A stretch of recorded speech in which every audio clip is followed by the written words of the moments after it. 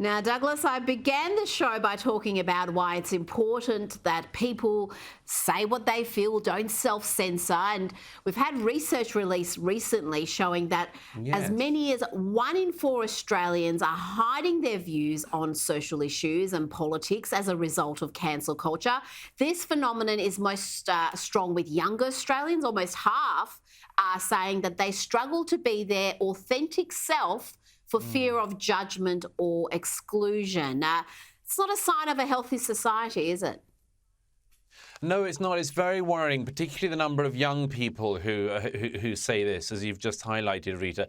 That's a very worrying thing indeed. You know, a society is not healthy if it basically only allows one set of views and anyone who counters them, you know, feels like they're going to get into trouble and so ends up subduing their views. You know, there was a time, I think in our lifetimes, where, you know, you could sit around a dinner table with people of left and right and you debated things and you discussed things and, you know, many couples, I think we probably have all known in our lifetimes, vote different ways. You know, one will vote left, one will vote right. It doesn't matter. Doesn't mean they love each other any less. But something interesting has happened in the last decade or so, and I think that's what this poll points to, which there's an increasing fragmentation. And it's basically, I mean, there are some people on the right who try to do this to people on the left. You might say in America. But elsewhere, it's basically a left against right thing.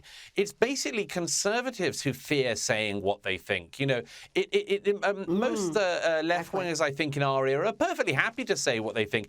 And they're the ones who are doing the casting out. And it's the conservative people who I think in countries like Australia are just sort of piping down. I hope they don't. I hope they won't. As somebody who's always been temperamentally incapable of shutting up, I have a limited amount of sympathy with people who don't say what they think. I just really hope that this, particularly the younger generation, realizes that to live a life in which you don't say honestly what you think is to really live a very thwarted and blighted life. So I'd urge them as soon as possible to get out of that, get better friends, better circles of people around you, more open-minded people. You'll have a lot more fun and you'll get a lot further.